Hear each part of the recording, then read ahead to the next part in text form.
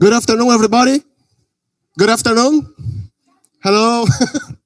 Okay, it's a pleasure to welcome you to the first edition of the Graduate Seminar Series in 2026. This event was created to make a bridge between researchers from abroad to the community of the students here at the School of Chemical Engineering.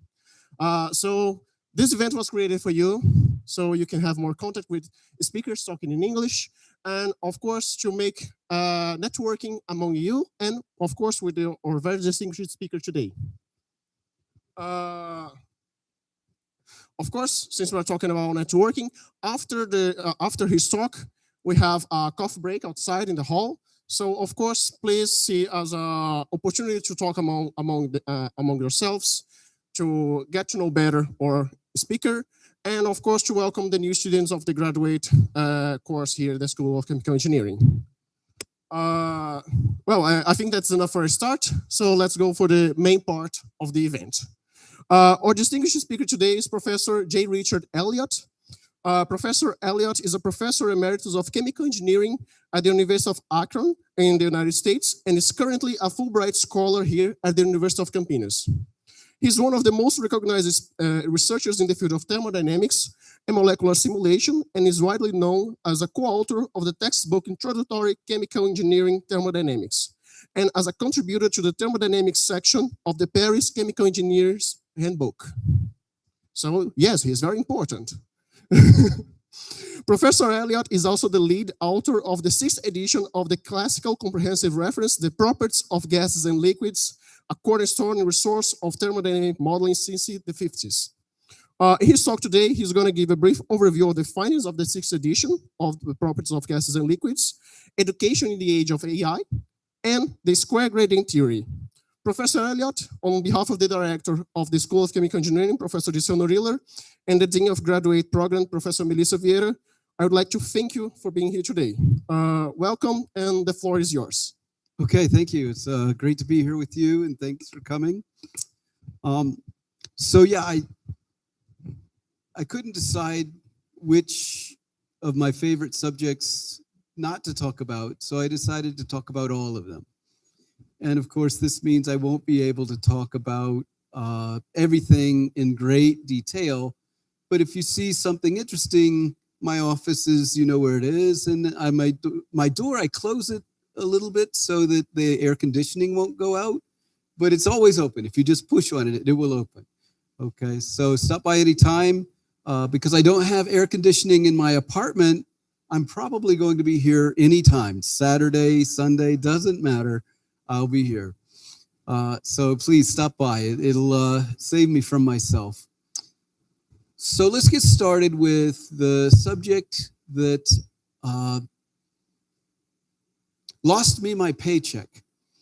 Okay, so what happened was, to write this Properties of Gases and Liquids, when I was in graduate school, this was my book I read every day because I wanted to know how to predict the properties.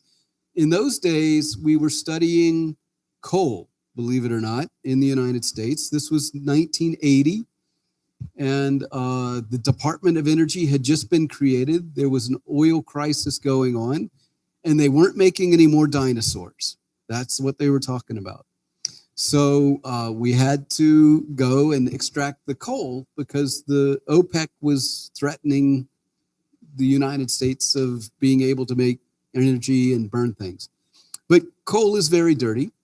So the idea is to extract the bad things, the dirty things out of the coal using supercritical fluids, and then make something viable out of that. That may sound crazy, but in South Africa, that was the basis of this company called Sasol.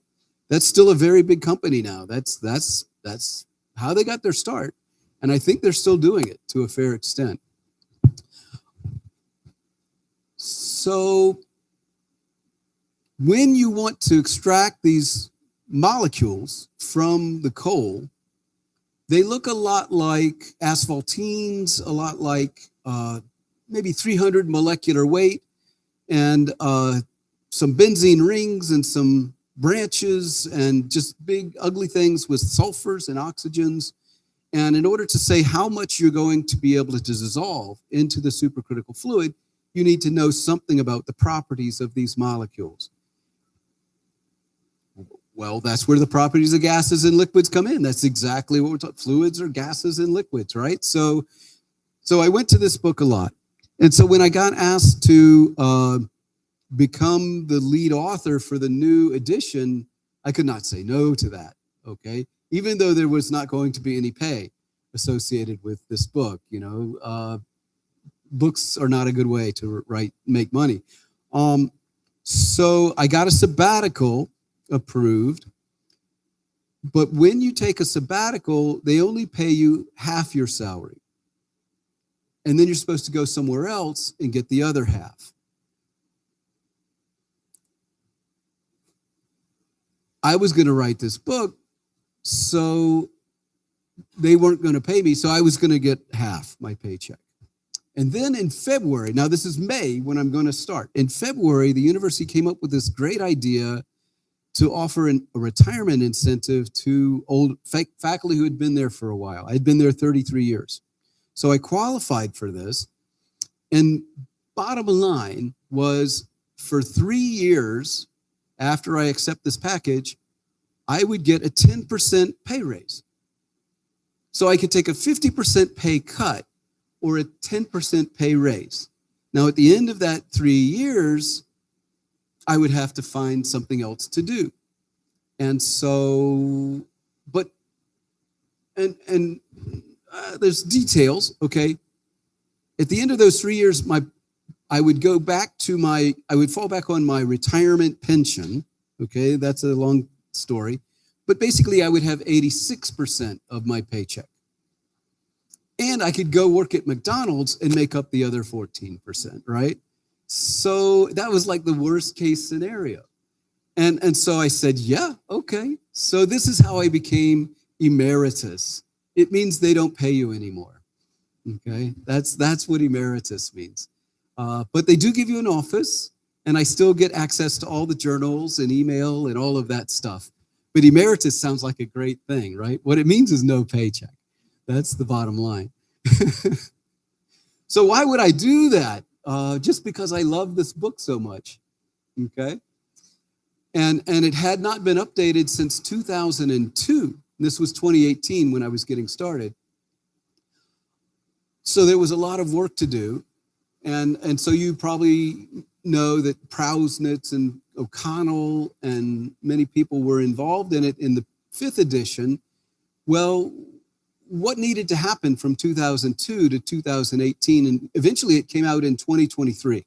So basically 21 years later.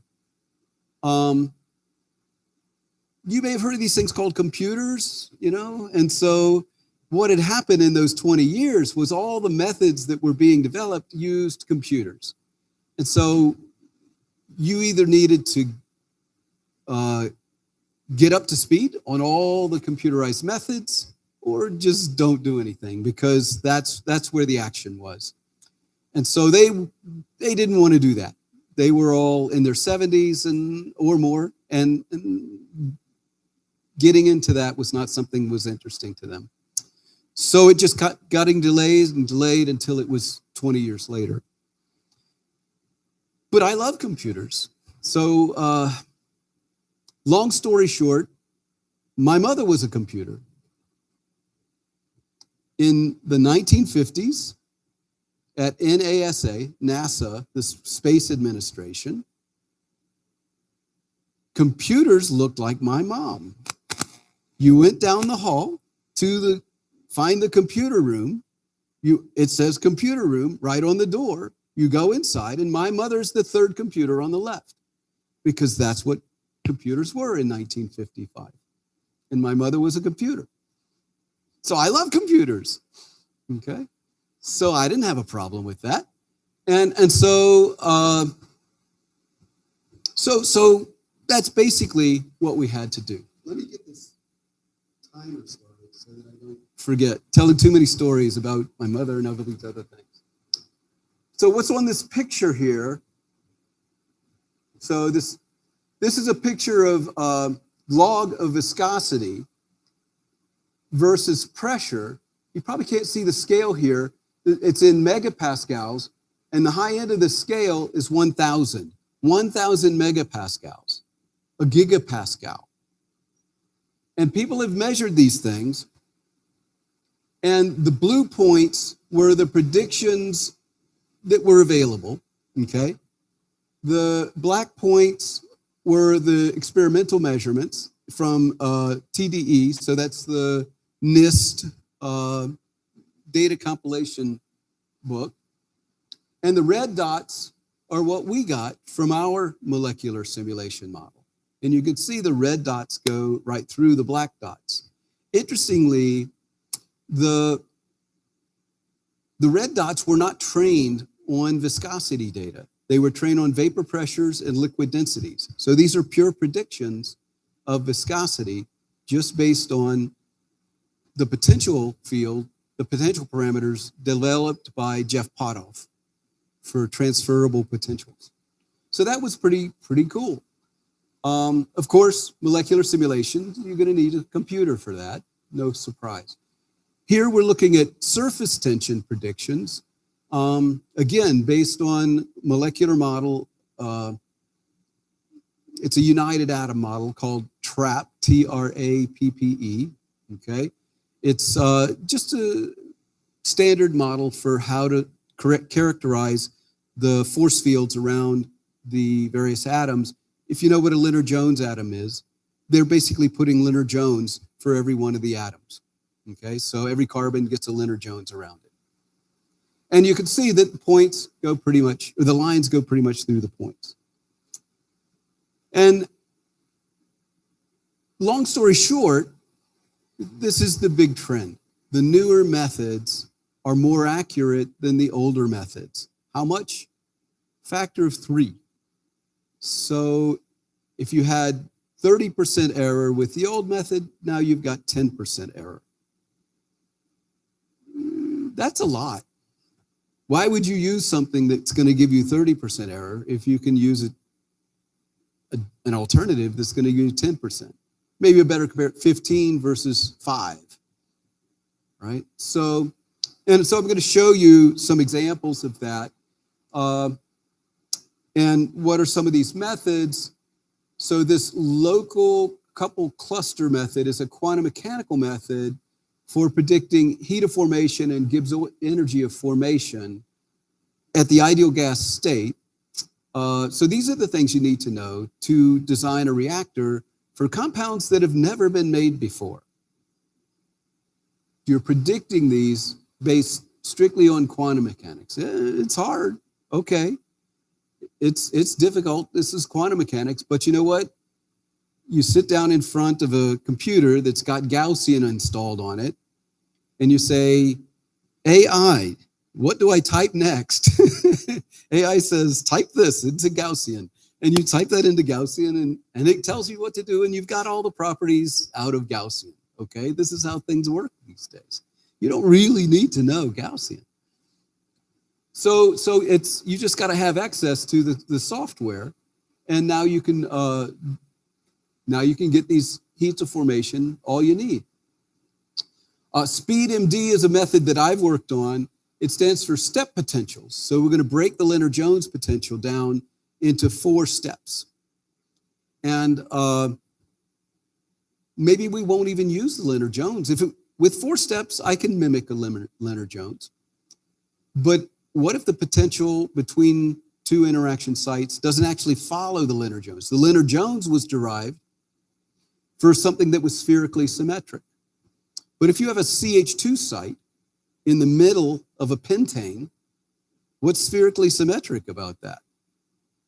Why would we think that Lennard-Jones model would work for that? It wasn't derived to match that. It's something totally different. We don't know what that CH2 potential should look like. So let's not presume that we do know.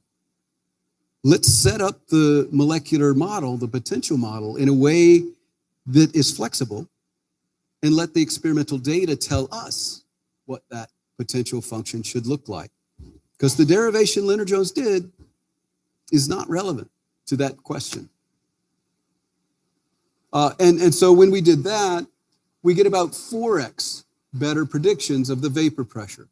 Now, vapor pressure is something I get very excited about because I'm interested in VLE and distillation. Well, if you want to get the vapor-liquid equilibria right for the mixture, you have to begin by getting the vapor-liquid equilibria right for the pure fluid.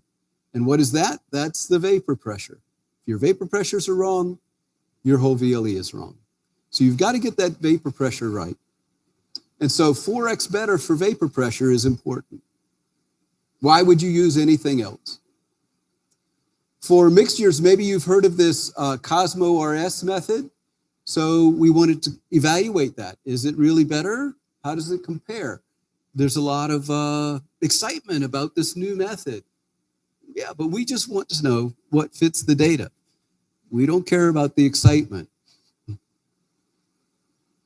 So here are some examples. This is Jobac's method. This is Constantinou and Ghani. This is Benson's method. Maybe you recognize the names, some of the names of these methods. These are all group contribution methods for predicting these heats of formation and things. And this is Dombrowski, something like that. Domowski, there it is. And so if you're into heats of formation for the ideal gas, your method is here. And then there were 2 quantum mechanical methods that we evaluated. And so look at the error in the heat of formation. So this is the deviation in the predicted heat of formation. 90 versus 1,000. The quantum mechanical method is better. It's more accurate. Now, you can get this group contribution answer in 5 seconds. There's software, you just type in the structure of the molecule. So you can be wrong very quickly. And you can be 10x wrong. I mean, it's hard even to express that, in a percentage. What is 10x? 1,000% error? So it's like, what is that? Why would you even want that number? So all of these were the methods that were available in 2002. This was the state of the art. But in 2022, not so much. You're just going to have to bite the bullet and learn to run Gaussian. But that's okay. AI will help you. It's easy. What about, okay, so this was cheating. Now, I didn't tell you. Notice that we don't have as large of database for the quantum calculations as we have for the group contributions, because we can easily run the group contribution without having to do anything. It's just out there, it's ready to go. But we have to do a quantum calculation in order to make the comparison with the database. So we're comparing apples and oranges here. So this is not fair, I guess. So with the total database, we only have 170 and we're comparing that to about 400. But if we break the database down and make it the same exact compounds all the way across the board, this is 252, something like a factor of 3 or 4 better than the best method. And there's still some methods out there that are like 1,000 error. And 300 versus 1,300, And another thing that you see, and this is why this is different from the previous edition, something that we did, was we broke it down into classes of compounds. In previous editions, actually, they didn't even show you a table like this. They just said, hey, my name is Prausnitz. I recommend this method. Trust me. And because his name was Prausnitz, he could do that. My name is just silly little Richard Elliott, who's going to believe me from the University of Akron? Okay, I have to give proof. Okay, so I'm just tabulating the numbers. And I should mention the co-authors that I brought in here at this point, because I brought in Tommy Knotts from Dipper. He's the lead PI on the Design Institute for Physical Property Data. So when you use Aspen physical properties, you get two options. You get Dipper will give you all the properties of the pure compounds, and NIST/TDE will give you all the properties of mixtures and pure compounds. And so these are your options. So what did I do? I went to Dipper. I got Tommy to help me. Okay, so he's a co-author. I went to NIST. I got Vladimir Dickey to help me. So I've got the entire database available to me from both Dipper and NIST. Okay, so, and they were happy to join. Why? Because it's the properties of gases and liquids. It's a very important book. Everybody wants to be a part of it. And so now we have all the data in the world. And the purpose of this book is to compare all the theory in the world to all the data in the world. Well, we've got the data now. Who's going to do the theory? Uh-oh, this guy. So I have to know all the theory in the world, but it's not that bad, because as part of the Dipper effort, they actually have some predictive methods. Dipper's mission is for the compounds that have been identified by their consortium to provide all of the properties on their desired list for every single compound. If it hasn't been measured, you're going to have to come up with the best prediction for that property for that compound. So they've been working on this same problem of best predictive methods. And so when it came to the Gaussian and the heats of formation, I said, okay, Tommy, that's your thing. Okay, that's a pure compound property. Tommy can learn the Gaussian. Okay, and so this is how I can sort of manage things. I don't have to really know all the theories in the world. I just try to. So what about, so we want to get the Gibbs energy of formation, but that's not a natural thing to calculate from a simulation. What you can get from the simulation is the absolute entropy and the heat capacity, the ideal gas heat capacity. So that's what comes out of the quantum mechanical calculator, because it's getting all the vibrational energies and then integrating those with respect to temperature for that CP of the ideal gas. So that's how you get the absolute entropy.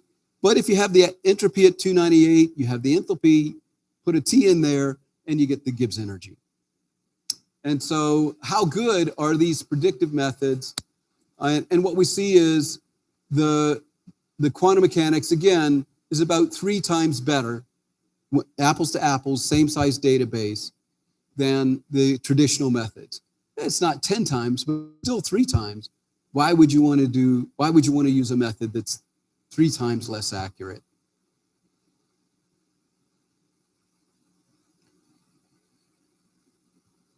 This is the heat capacity closely related to the entropy, and so we still see this factor of 3. One thing that I was interested, I got this graph. This is the heat capacity of methanol. And so this is outside of this calculation here with quantum mechanics. It's actually using an equation of state method to predict this heat capacity. And so it's looking at the heat capacity at 1 bar compared to the heat capacity of the ideal gas. Now at 1 bar, how different could they be? they're quite different. So the heat capacity of the ideal gas follows this curve like this. But even at 1 bar, there's enough hydrogen bonding going on in the methanol that its heat capacity goes like that.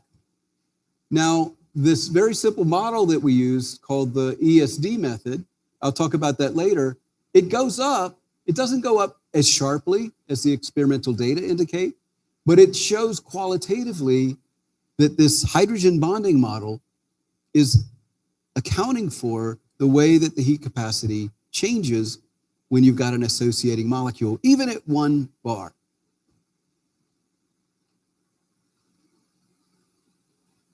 Now we get into vapor pressure, okay? My favorite subject. And what we see is that, okay, I got to wrap this up now and get to the next section. This method that I talked about with the step potentials, now this is the customized method after we do the molecular simulation. Because of the way that this method is developed, we can refine the force field description, customize that on a per molecule basis. And so it's not a pure prediction anymore. We just have to adapt this first order correction term, and we have to adjust the volume of the molecule. So we have 2 parameters that we can adjust per molecule to customize that force field for that molecule. PC-SAFT has 3 to 6 parameters that it's adjusting. We just have 2. So they do a little better than us, but not that much better, okay? 2.18 versus 2.22. And they don't really have a good way of predicting. There is a way to do it, but it's got about 30% error, maybe 40 actually for that method. And so when it comes to predicting with the SpeedMD method, what we have to use is a transferable force field. It means that you take the force field around a CH2 that you characterized for pentane, and you say, well, how different is that CH2 in pentadecane? Yeah, you just have more of them. And so you take the force field around CH2 and pentane, you apply it to predict the vapor pressure of all 13 CH2s in the pentadecane.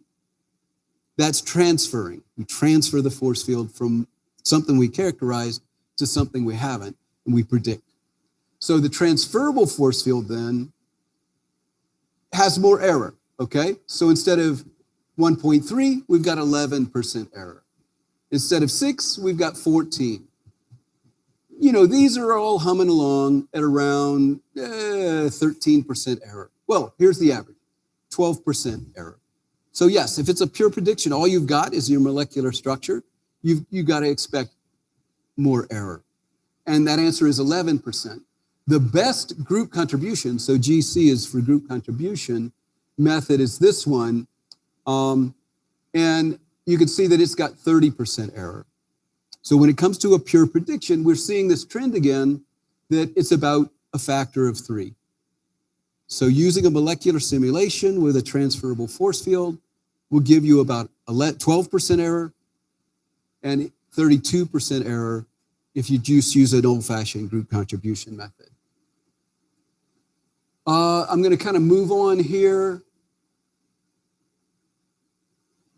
So this is VLE for mixtures at all pressures, low pressure, high pressure, everything in between pressure. And what we see is the kind of the winner here is this thing called TCPRGE, blah, blah, blah. This is the method, the good old-fashioned engineering method. It's a Ping-Robinson, okay? So TCPR, the PR stands for Ping-Robinson. And then you've probably heard of these things before where they change the thing and they add some extra parameters and they re-regress the thing and they just keep revising their cubic equation of state until they just have enough parameters to fit all the data. So this method has 3 parameters to fit the vapor pressure, 1 parameter to fit the density, and 2 parameters, because it's using a Gibbs excess mixing rule, 2 parameters to fit the mixture. So with all those parameters, Yeah, it's going to do okay. So it's the winner. It doesn't win by a huge amount. So if you look at the SpeedMD method, it's 3 versus 2.6. SpeedMD has 1 parameter to fit the mixture. So I think that's okay, and I think that's probably a realistic representation of, that's probably the best we can do with 1 parameter. Here's your old friend, Ping Robinson, 1976. If there's no water in the system, hey, it's not too bad. But look what happens if you've got water in the system. It jumps up to 19% error. Even this 2 parameters, you got 2 parameters for the mixture, you can fit anything, you're still up around 9% error. And so SpeedMD or ESD, PCSAFT is a little bit off. This is a consistent trend that when water is involved, PCSAFT does a bad job. And so I think somebody at PCSAFT needs to look at their water model. It's just not doing a very good job from what I've seen. So we'll see this again when we come to LLE. If we look at low pressure VLE, well, this method of TCPR with its 2 adjustable parameters and you're sticking straight at one bar pressure, well, it's not that different at that point from an NRTL or a Uniquac method. So guess what? It gets pretty much the same kind of error. But the equations of state have built into them some deviation, somewhere around 2.2%, in the vapor pressure of the pure fluid, and then that's throwing off the VLE of the mixture, just like we talked about before. We talked about viscosity before. Can you hold the microphone a bit closer to your mouth? Say again? Can you hold the microphone a bit closer? Oh, a little closer. Yes. Perfect. Thanks for letting me know. We talked about viscosity before, and so we're going up to a gigapascal, and we're getting good predictions, real predictions, because the force field wasn't developed for this. Is this my last? No. I think that's my last slide. Okay, so this is where I wanted to leave you when it comes to the properties of gases and liquids. The big picture is the newer methods are about 3 times better. They're a little scary, and this is why you should take some graduate classes and learn, how these newer methods work. But don't be too scared, because AI will help you. Okay.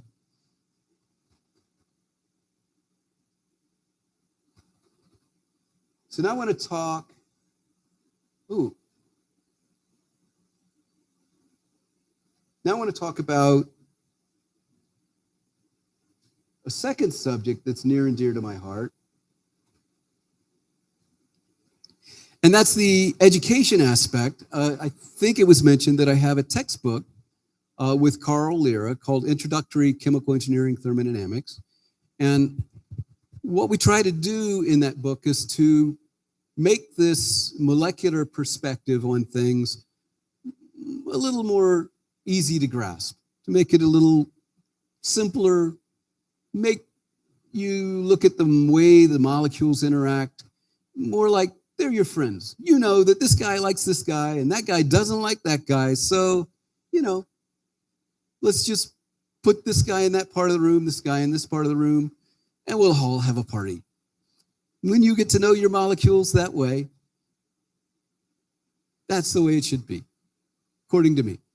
But if you don't talk about the molecules, you just say ds dt at constant p equals whatever that stuff is, that's boring to me.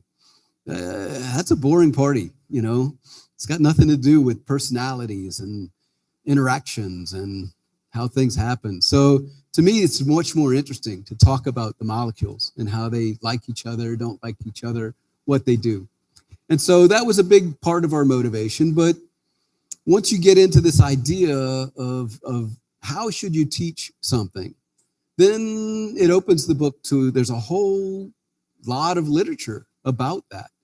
And so we should not ignore that literature. We should research it, gather the data, and incorporate that into the way that we do our business. And half of what we do, maybe more, is this teaching thing. Why not do it right? Learn about it and figure it out and do it that way. So that's sort of my motivation in doing this thing here. Oh, I left my pointer over there.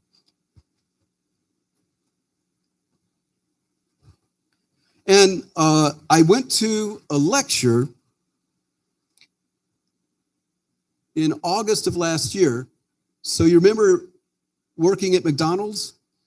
So instead of doing that, about the time the Properties of Gases and Liquids was being published, I was writing a little paper with a friend who had some expertise in something called bifurcations. He worked at the King Fahd University of Petroleum and Minerals in Saudi Arabia.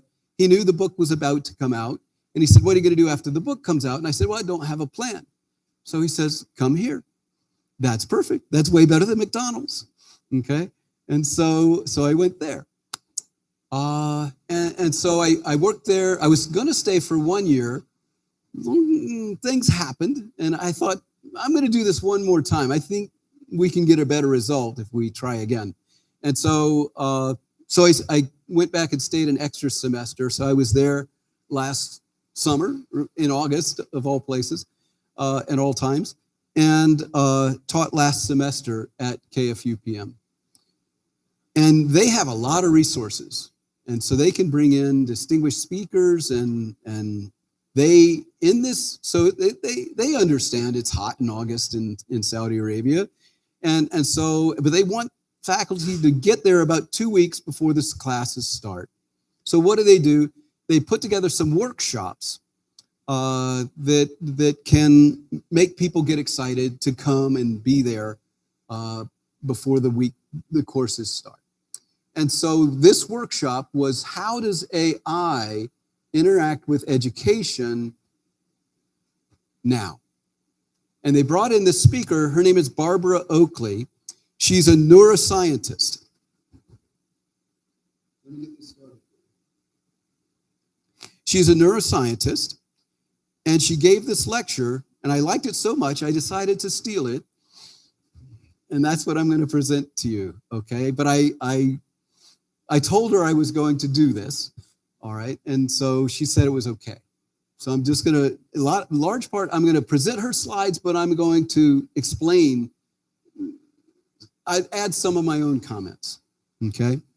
But I'll try to recognize that this is her slides.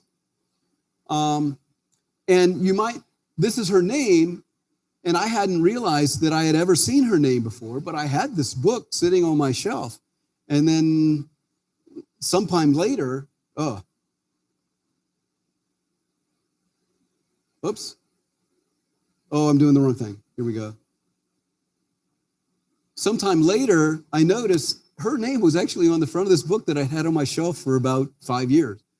And so I didn't notice. Maybe you didn't notice either. So this is her first slide. And she says, what are we going to do? We've got all this AI. Students want to just tell AI, do my homework, hand it in, call it good. That's not, how could that possibly work? How could that be good? So what are we going to do about that? And there's a slide in here that's it. Let me just skip to it. That's amazing. This is, oh, I did it again. This is why I wanted to tell you about this. Everybody should know this. So this guy, Flynn, published in 1984, did an analysis of IQ. Everybody knows who knows what IQ really is, but it's a test that they've been given since the 30s. And presumably it's pretty much the same kinds of questions given every year. And so based on that IQ test performance is improving. This is the average across all the world, all the country, okay? So some people in some rural area are now going to school, bringing the average up. So great, IQ is increasing. And of course, it was highest in all the Western countries first because they've got all the resources, right? So great. Then we hit about 1978. IQ goes down. Where does it go down? In the Western countries. The people who have the most resources are getting dumber faster. How does that make sense? What happened in 1978? Actually, it happened to me in 1976. That was the year I started college. I was the first class that had this wonderful opportunity to use this great new technology in the classroom. What was that technology? Calculator, okay? A computer, but a hand computer, right? Okay, so you could bring a hand calculator to class instead of a slide rule. That was a revolution. Things are going to change. They're going to be great for the rest of all time because people don't have to use slide rules anymore. They can use calculators. They don't have to memorize their multiplication tables anymore. The calculator will do it. You just need to remember the concept of multiplication. You don't need to know the details of multiplication.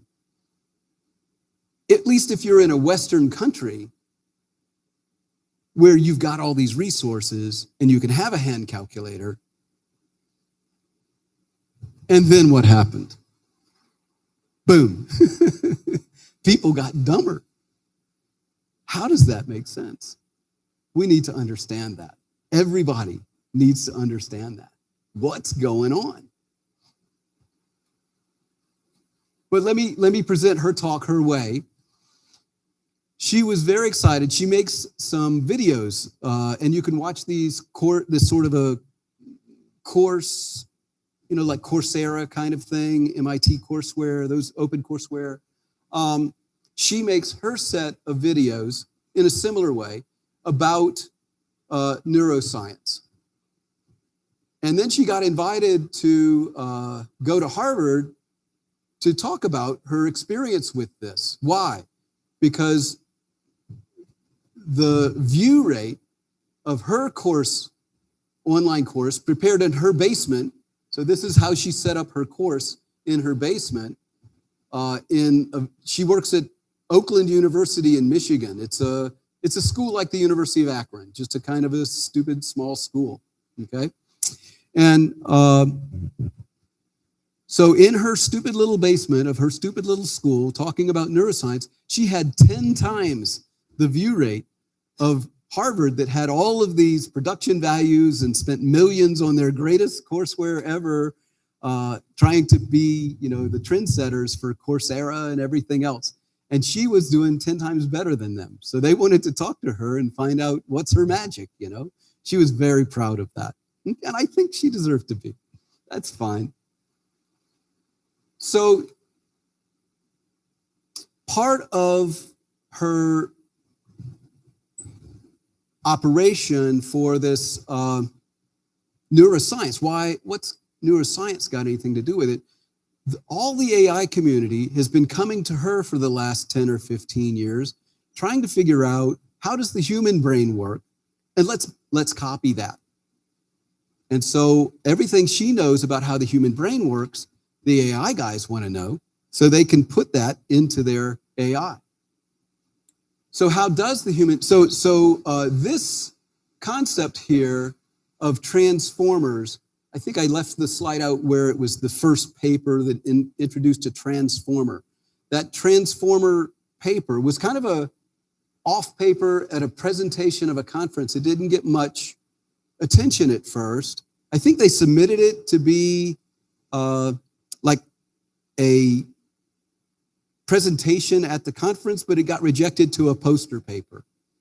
That paper now is like the #1 paper in AI because it's the first time people thought of this transformer concept that is now like the centerpiece of how AI works. And so that's not her paper, but it gets across the idea that there's this way that data comes in, and then you do some management of it, and then data comes out. And the way to understand that from the human brain perspective is that there are two components of learning. And one is fast, and the other is slow. The slow part is like us talking right now. Okay, you just heard the word transformer. You instantly understood the word transformer. We talk about the theory of something. 2 + 2 is 4. 3 + 2 is 5. Okay, you got the idea. And so you learn that kind of deliberative logic slowly, but yeah, now you got it. Maybe you leave the room 20 minutes from now or an hour from now and you go, what did he say? Okay, but you learned it right now. Okay, it was easy to understand. And in the logic of it, you instantly absorb that. So that's deliberative learning that is relatively slow. So what is fast learning? When it's not so much that you learned it fast, it's that you can deliver it fast. So I think everybody here, I call it soccer, you call it football. Okay, so the first time you were 1 year old or something, you went to kick the soccer ball, and the soccer ball just stayed right there, and your foot went up in the air and you fell down. All right, so that was your first try, kicking a soccer ball. And then the second time, maybe you kicked the soccer ball, the ball went over there, you were trying to make it go over here. 10th time, 20th time, 1,000th time, 10,000th time, now you've got the soccer ball going where you want it to go. How do you do that? Well, something about your foot, you think about where you want to start it from. Do you start it from like back here? You start it from right here? Well, it depends on where you want it to go. You're thinking about all of those things very fast. And now the foot is moving towards the ball, and maybe it's a little off this way or it's a little off that way, and you are adjusting the position of your foot relative to the ball and making contact with the ball, and you're doing all of that in fractions of a second, and the ball goes where you want. How? By practicing and practicing and practicing. That's how a computer learns. Okay, that's they call it the fast mode, but it's not fast for learning. It's slow to learn and fast to execute. So that is called automatic. So she calls it deliberative for the slow mode and automatic for the fast mode. And really, I'll just get to the point. The point is, these two things have to work together. So why is the IQ going down? It's because they're throwing out the automatic mode. They're saying you don't have to memorize those multiplication tables anymore. You don't have to know that thing. You don't have to practice. Turns out you do. So just knowing the concept of multiplication is not the same as being able to multiply. And when you can do both, think about the concept and actually multiply something, that's when your brain makes all the connections and keeps them all active. And that's the best mode for learning. So there are actually two parts of the brain that do these different tasks. And that goes into kind of what is a transformer, okay? And so the declarative part is in the basal ganglia, and I think the hippocampus, no, red and blue. Okay, so basal ganglia, what does that even mean? It's a bunch of letters, that's all I know. So basal ganglia is running the automatic. How do I know that? Because that's red, they're both red, okay? And the declarative is the one that's in the hippocampus. Hippocampus is in the front of the brain, so that's where your logic is. So they used to do things like lobotomies. They would cut off part of your brain to make your brain do some things. And so they used to, they would cut off your hippocampus. It's a bad idea. It didn't work. So don't do it. So, but the automatic learning is like the practice. Now, do you know this joke? about Carnegie Hall? Raise your hand if you heard the joke about Carnegie Hall. All right, I love this joke. I have to tell it. So Carnegie Hall in New York City is the place where the greatest musicians go to perform. If you have made it to Carnegie Hall to be a musician and perform in Carnegie Hall, you could die and go to heaven now because you have reached the mountaintop. You are great, okay? And so all the greatest musicians want to perform in Carnegie Hall. But there are people who just want to listen to the musicians. Well, which musician should they listen to? The guy on the street or the guy in Carnegie Hall? You want to hear the greatest musician on earth, so go to Carnegie Hall. So this man and his wife, they've got tickets. They came in from Omaha, Nebraska or wherever, and they're getting a little bit late. The show's about to start, and they're kind of lost in New York City. Uh-oh, getting frantic. Suddenly, the husband sees this guy walking down the street with like a horn case, like a trumpet or something. He goes, that guy is a musician. He's going to know. Please, please, please, quick, help us. How do you get to Carnegie Hall? Practice, practice, practice.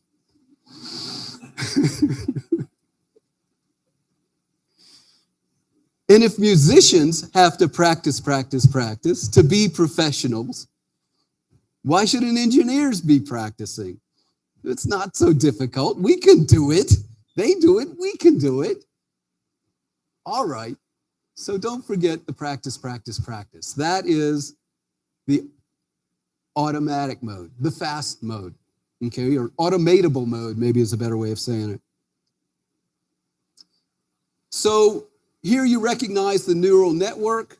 And so that's basically what's happening when you're developing, kicking the soccer ball, practicing, practicing, practicing.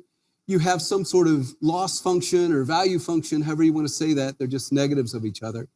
And so depending on how many times you've practiced, you develop the connections here so that you can quickly deliver that soccer ball to the net. And in the hippocampus all along, you are reasoning about, oh, you know what? Maybe I need to bring my foot back a little bit further, and then you can practice that. So there is a logic that you can do to apply what to practice. And so that is a conscious effort, slow mode, but don't try to do this while you're in, halfway into the swing, right? It'll just mess you up.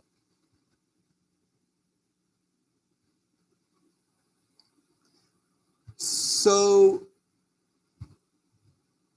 I always try to ask it one question whenever anybody presents anything. So this was my one question.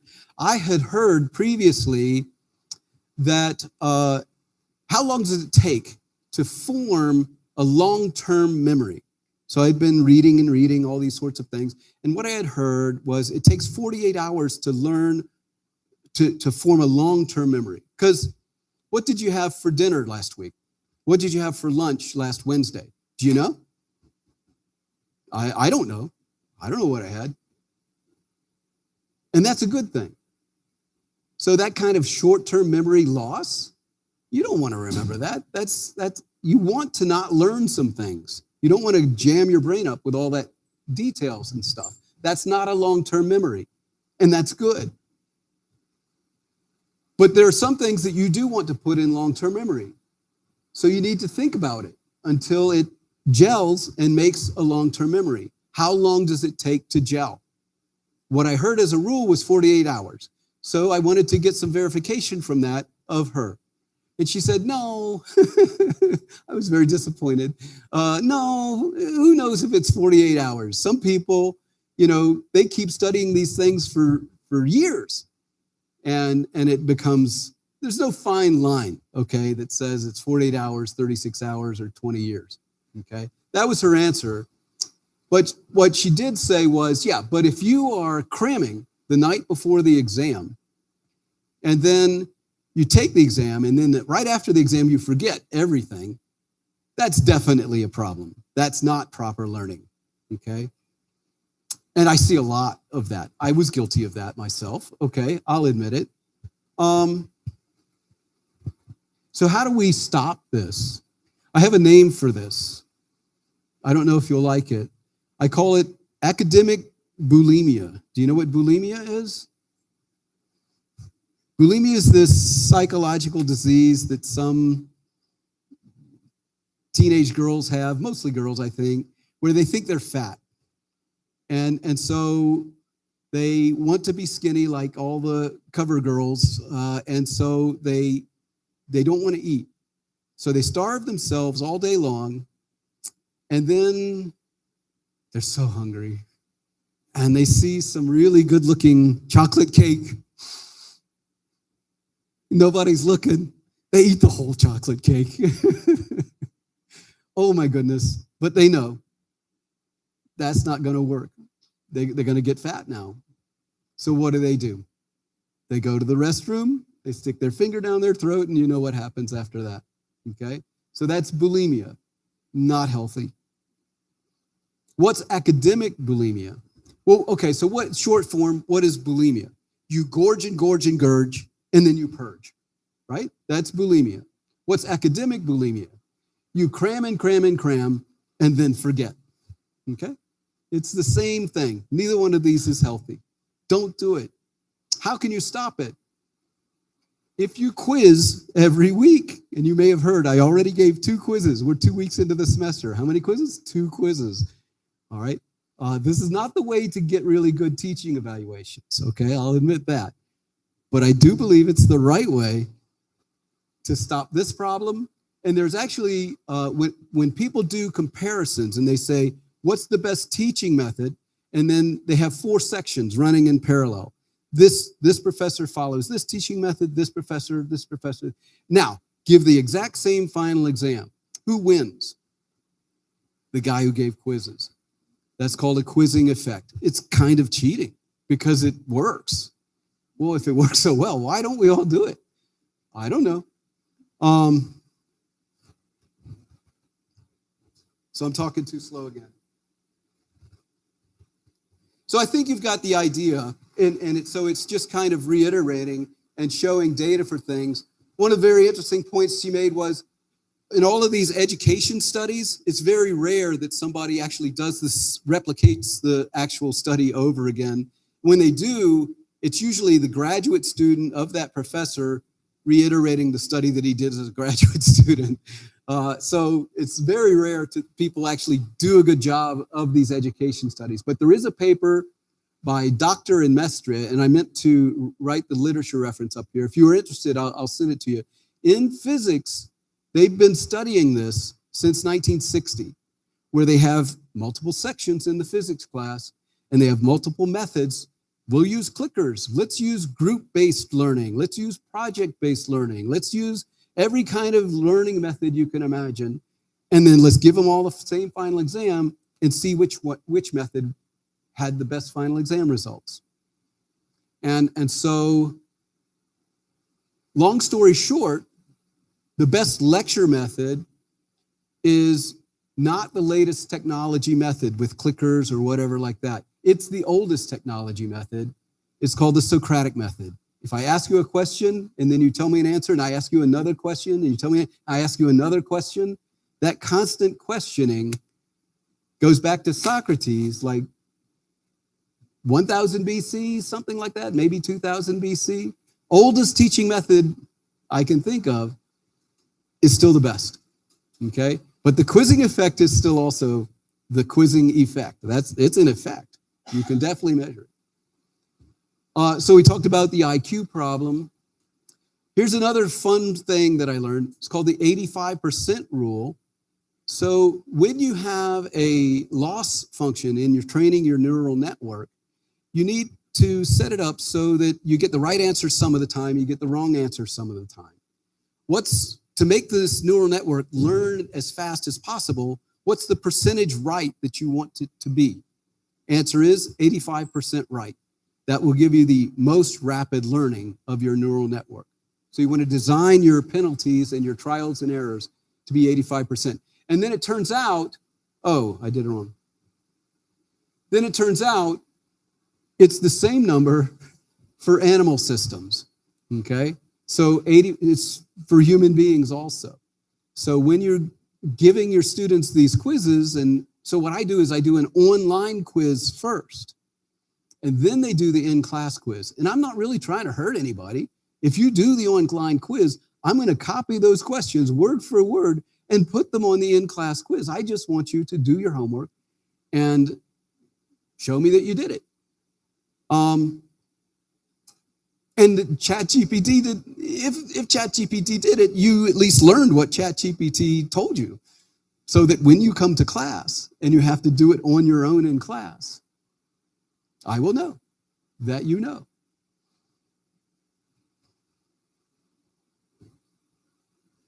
There's something called student-centered learning. What does it mean? It means that the students sort of, they build their own adventure. So I don't know if you ever went to Build-A-Bear or something like that, some of these things, places where kids go to have a party when you're 7 or 8 years old. And so you kind of decide what you want to do. And so that's what student-centered learning is. Oh, I'm going to just figure out how to build an airplane by putting Legos together. Okay, go for it. That's a learning method. Turns out it doesn't work very well. So, but people believed that it would, and it's still part of the Montessori method, pretty much is this thing. So you just kind of put resources out there and let students learn. Compared to that is this direct instruction method, which is basically quizzing and teaching and quizzing and teaching, rapid feedback. And so I'll skip to the final slide here. This is the direct instruction method, okay? So the one on the left, where they've got good success in basic academic skills, problem solving, and self-esteem. You would think you're constantly giving the students feedback. You're saying, no, wrong, wrong, wrong. You're not saying wrong all the time. You're saying wrong 15% of the time. So you tell them when they're wrong, and you tell them when they're right. And so that actually builds more self-esteem than saying, oh, just kind of do what you feel like. Do what makes you feel good. Well, the kids don't know what they don't know, and they just kind of wander around, and they know they're lost, and their self-esteem does not go up. So this study called Project Follow Through, and you can Google it, okay, was the largest educational experiment ever. And the people who conceived of it were the people who authored these methods. They said, this is the new way to teach. There's this guy named Piaget, P-I-A-G-E-T. I guess it's French, Piaget. Okay, so he was in this like 60s and 70s, okay? He was the cool guy. He said students should be, their spirit should be activated. The students will direct their own exploration. They'll be given meaningful engagement with materials. The students will have autonomy and curiosity. These sounds like great ideas. The students will plan and conduct these experiments, then they'll think about it, they'll reflect on it. The teachers just sort of stand in the background, create a scaffold for the students to learn. Great idea. In the TEE method, it's all emphasis on oral language, just being able to express yourself. Oh yes, express yourself. You can just hear these California kids, getting excited about, oh, express yourself. Okay, that's these methods. Here they are. They're at the wrong end of the scale. What works? Give them a quiz, okay? Teach them, give them a quiz. Teach them, quiz them. And so this very old-fashioned method crushed the methods that everybody thought was going to win. And therefore, this result never got published because the people who were the PIs on the grant said, no, never mind. And so, but you can read about it, okay? Because government money went into it, and it's kind of percolated out there, and you can learn about it anyway. And so that was the last slide there. And I'm way past time. But I still have one last, oh, wow, it's 4 o'clock.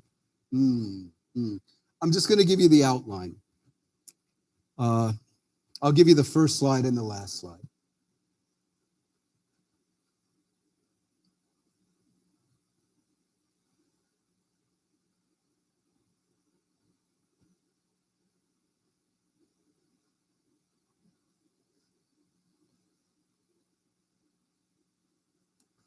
So what I've been working on lately is surface tension. Why? Because surface tension in the properties of gases and liquids is chapter 13. How many chapters are there in the properties of gases and liquids? 13.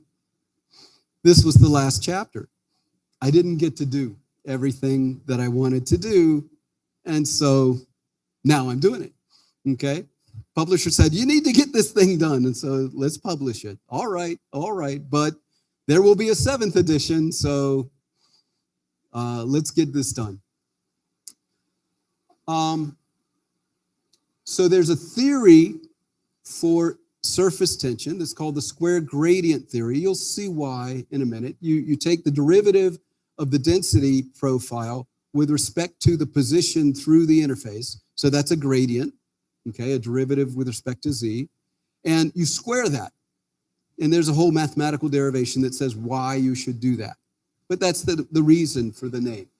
And so we have to come up with this description of how the free energy is changing through the interface. But there's a problem. You can't measure that. What's happening in the interface, all those densities in the interface are between the vapor and the liquid. It's unstable there. So you're sampling all of these densities between the vapor and liquid density, and you got to get the Helmholtz energy there, and you don't know what it is. But your theory requires that you calculate it and put it into the theory and integrate it of this thing you don't know what it is. So you're going to have to come up with a way of calculating what that is and do a good job. So this leads me to this ESD, equation of state. It's essentially a version of SAFT. And so you can see the SAFT word there. But when we started in 1990, we weren't thinking about SAFT.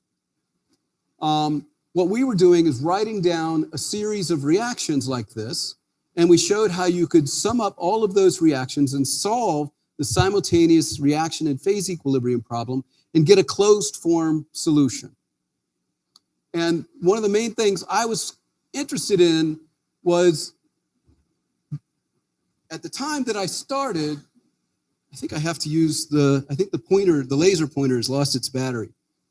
So at the time I started, everybody said that Q had to be equal to C. And I said, why? Maybe not.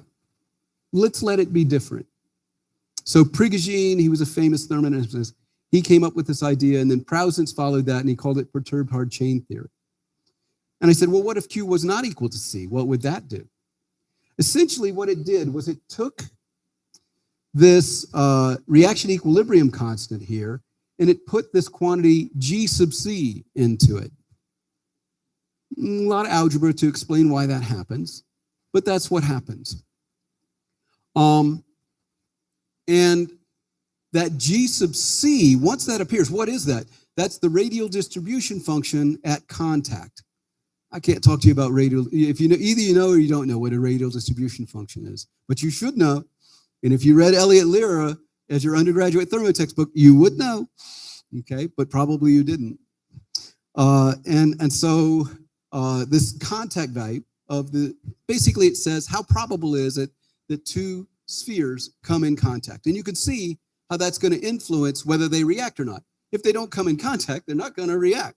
So G sub C is very important. And so the previous theories left that out. This perturbed hard chain theory left that out. When you include that, it turns out that this theory of a reaction network is exactly the same as SAFT, this SAFT theory that's developed from Wertheim, who used a very, very sophisticated and hard to understand cluster diagram expansion method. But you can understand it just as simultaneous reaction and phase equilibria. So I think this is the way that we should teach it in the first pass for the undergraduate students. And I think they can understand it. And so that's the basis of this theory, this ESD theory. And another key aspect of it is that just because it was formulated to be a cubic equation of state when there's no association going on. So it's a cubic equation of state, just like the Suave or the Ping-Robinson. And but it has all the properties of SAFT. Okay? Yeah, I'm trying to move quickly. When you go to solve the simultaneous reaction and phase equilibrium problem, you get equations like this 1 minus XA equation. That one. Looks pretty complicated. And remember, you've got one of those equations for every X sub I, A sub K. So for every electron acceptor in your solution, you've got to solve for that extent of hydrogen bonding.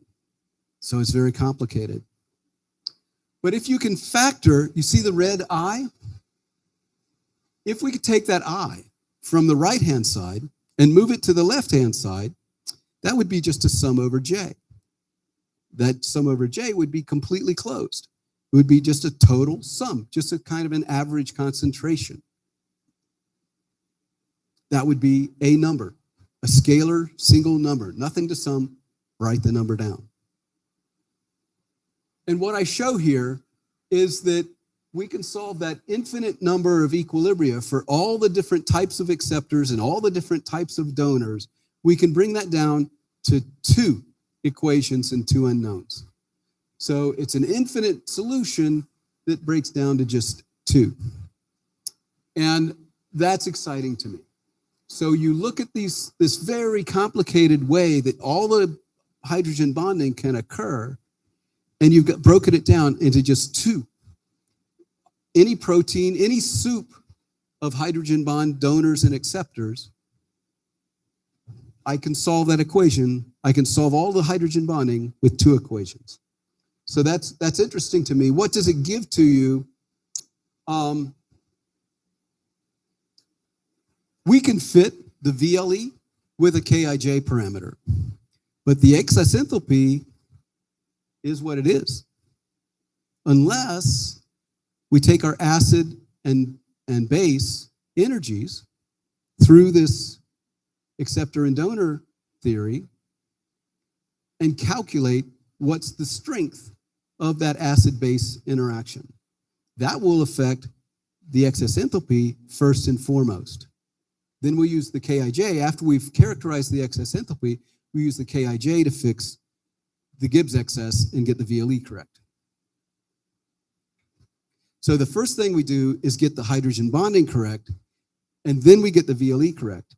And so what we see is there's only one value for the acidity or the basicity of chloroform, of pyridine, that will match the acidity of chloroform. So basicity of pyridine, acidity of chloroform. So we start with chloroform and acetone, get those characterized in terms of their acidity and basicity. Then we put chloroform with every other kind of molecule, and we get the basicity of all of those molecules. Put acetone with all of the acids and get the acidity of every kind of acid. And then we characterize those. One of the things that was always crazy to me is carbon dioxide. Think about acetone. That's an obvious base. This is a picture of acetone. It's the one on the right. See all that red concentration? That's electron energy, electron density. That electron density, valence shell electron pairs on the oxygen, is going to be a proton acceptor, right? So it's an electron donor, okay? So the bases are the electron donors. Well, Well, think about the structure of a CO2. It's got 2 double bonds to the oxygen going this way, 2 double bonds to the oxygen going that way. That ought to be a double acetone. It ought to be twice as basic as acetone. But when you look at the colors, it's not so much. It's mostly kind of barely not green. It's a very light green on the 2 end points where the oxygens are, okay? But it's pretty blue in the middle. And so what happens when we mix acetone and CO2? Is CO2 an acid or is CO2 a base? Turns out, in order to describe the heat of mixing data, we've got to assume, let me see, I think it's around 1,000. Right. So we got to assume that the acidity of the CO2 is 1,000 kelvins. Okay, what does that mean? So it's expressing the energy as epsilon over K, KB, the Boltzmann constant. So I can characterize the energy of the bonding with that. And so this, the only thing that fits the data, experimental data for heat of mixing, is if CO2 is an acid. Now, we're not talking about carbonic acid. If I put CO2 into water, I form carbonic acid. OH, C double bond O, OH, right? That's carbonic acid. That's not CO2. So mixing CO2 with water is not relevant. But mixing CO2 with acetone, that will answer the question. CO2 is an acid. Ethylene oxide in water is a very important compound for Dow Chemical because they make ethylene glycol this way. They have to distill it. Look what happens to the activity coefficient in the low ethylene oxide region. It goes up and then it comes down. For decades, they assumed there was something wrong with their measurements.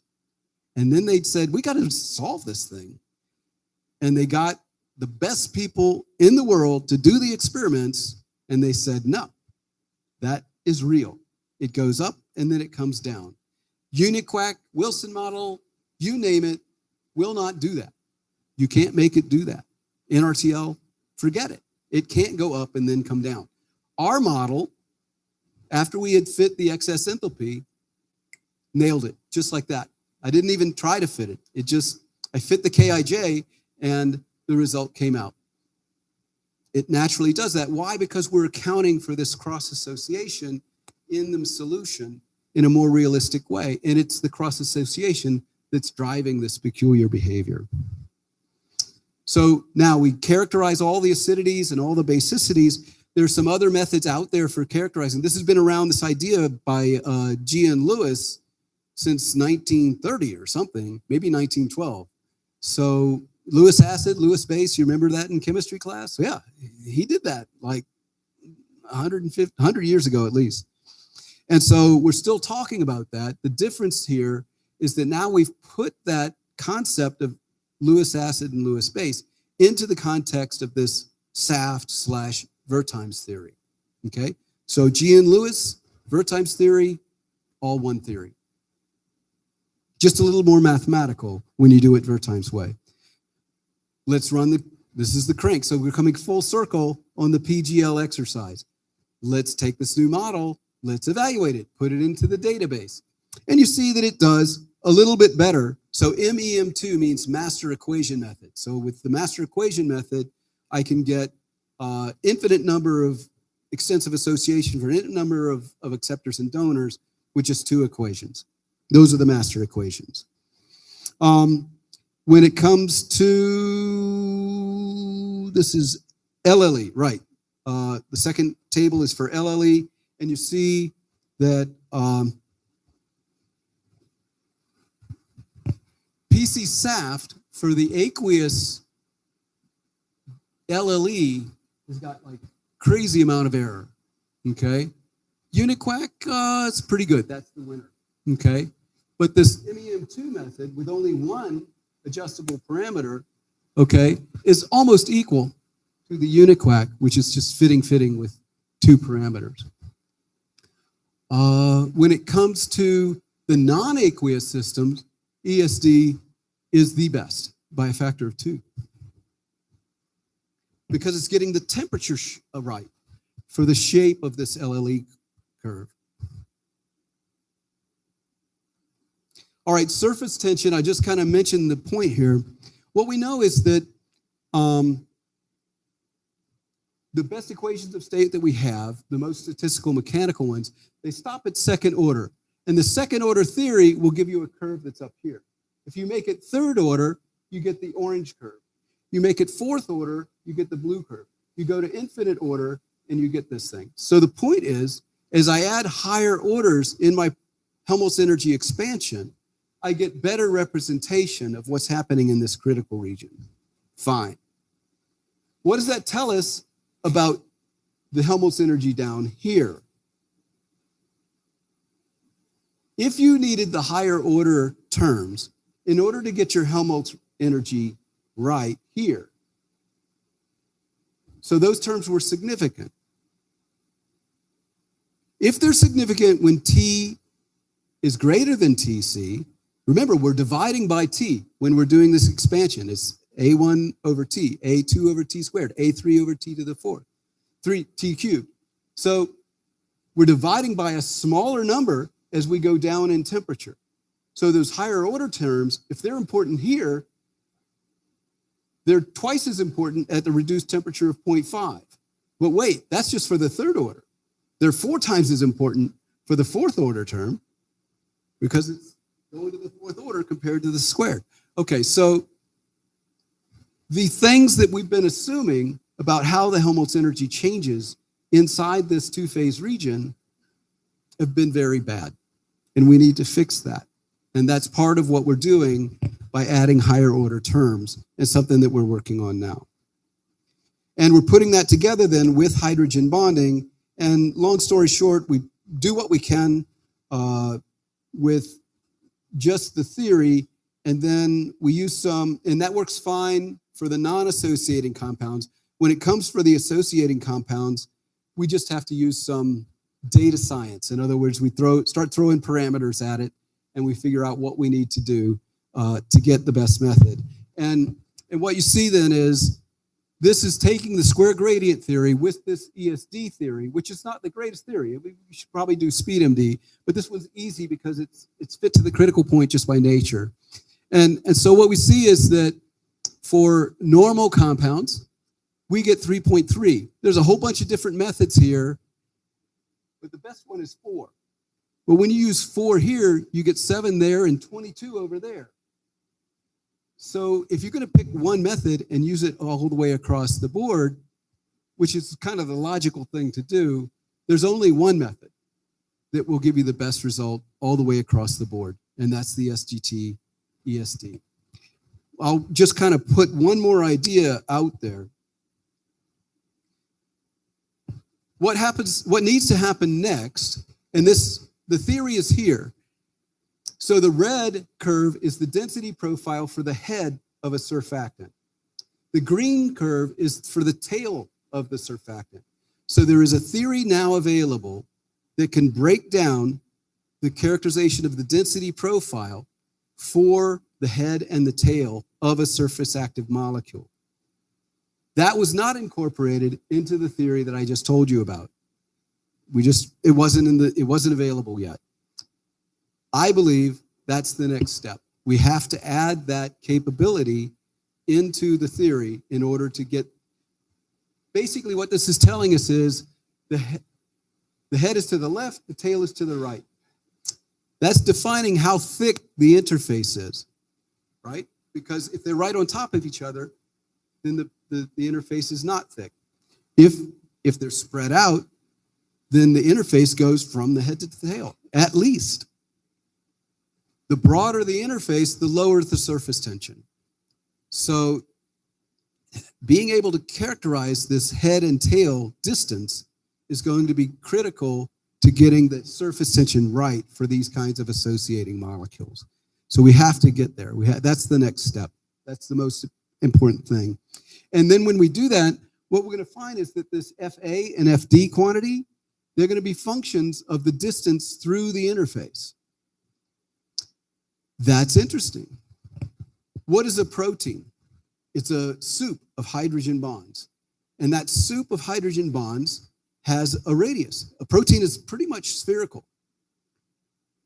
So it's a spherical drop that's full of hydrogen bonds that change as a function of the radius.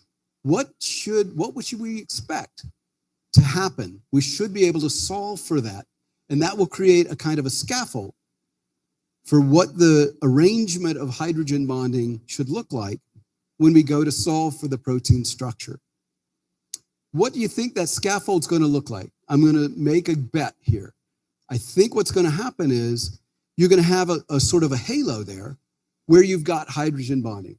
And now you've used up all your hydrogen bonds, and so the non-hydrogen bonding parts of the molecule are going to be kind of grouping together in the next layer. Then in another layer, towards the surface of the molecule, you've got the water all around it. Okay, you're going to get some other layer of hydrogen bonds there.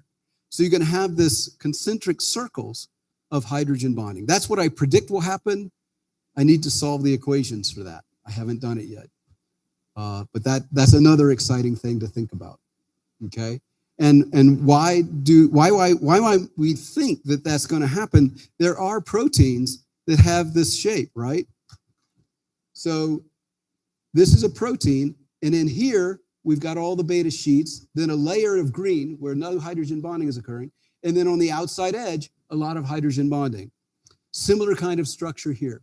The hydrogen bonding clusters together, then you have a region of no hydrogen bonding, and then you have a region of hydrogen bonding. So there are proteins that show this shape already, and I think the mathematics is going to show how that scaffold is created just straight out of this soup of hydrogen bonding that we have the two equations for now. So I want to explore that and see if I can prove that that's what happens. So that's the side of hydrogen bonding that I get excited about. Also brings us back to the properties of gas and liquids because it does have an impact on VLE and surface tension. So full circle. Okay, sorry I went a little bit over. What is it? 4:30. That's way over. I was aiming for 45 minutes. All right, don't worry. Don't worry. Thank you very much, Professor Elliott. A round of applause, please. And now I will open for questions from the audience. Please raise your hand. Don't be shy. You can ask questions in Portuguese. We can translate. Don't worry about that. Okay.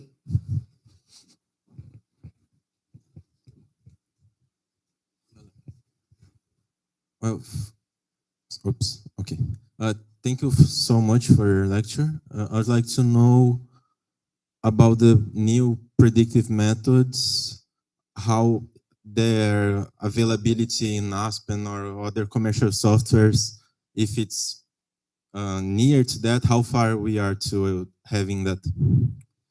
Okay, so Aspen is a good example of this kind of traditional engineering perspective where they just want to take a cubic equation of state and just keep adding adjustable parameters to it, okay? And so this Joubert method is pretty close to some of those kinds of methods in the TCPR blah, blah, blah, okay? You could find methods kind of close to that in Aspen. Now, my prediction is they will eventually incorporate this TCPR method in its whole thing. They've now incorporated PC-SAFT through pressure, and they've incorporated CPA, okay, through pressure from companies like Shell and Dow. And so what happens is the companies have to demand it. Aspen they're made of human beings. Human beings are lazy. They don't want to do any work if they don't have to. And so unless the companies demand that Aspen put these capabilities in there, Aspen's not going to do it. But I've been working with a guy from Dow. You saw the slide about ethylene oxide, right? Okay, so he was super impressed with that, okay? And so they'd been working on that problem for decades, couldn't solve it. and it just fell right out. So now he is taking this to his management, and his management's putting pressure on Aspen. And so all I can say is someday, I think it will. If we provide a capability that they can't achieve any other way, and the companies demand it, it'll go there. Now there's another, so I can't actually solve Aspen by myself. I can't just go in and change their code. But what I can do is give you my code, okay? So if you go to the website for PGL, it's pretty easy. PGL 6ED for the 6th edition. .BYU, because BYU is where Tommy is. He's a younger guy. He can host the website. .edu, okay? You just go there and you'll find the links where you can find the code on the GitHub. And not just my code, his code, all the different codes will be accessible through that one link. That I can do. Thank you very much. Next question. I have a question. It's not a question, it's kind of a request. These slides from Barbara, the second part, Sure. is something that you can share with us? Sure, no problem. Okay, thank you very much. Yeah. Okay, next question. Okay.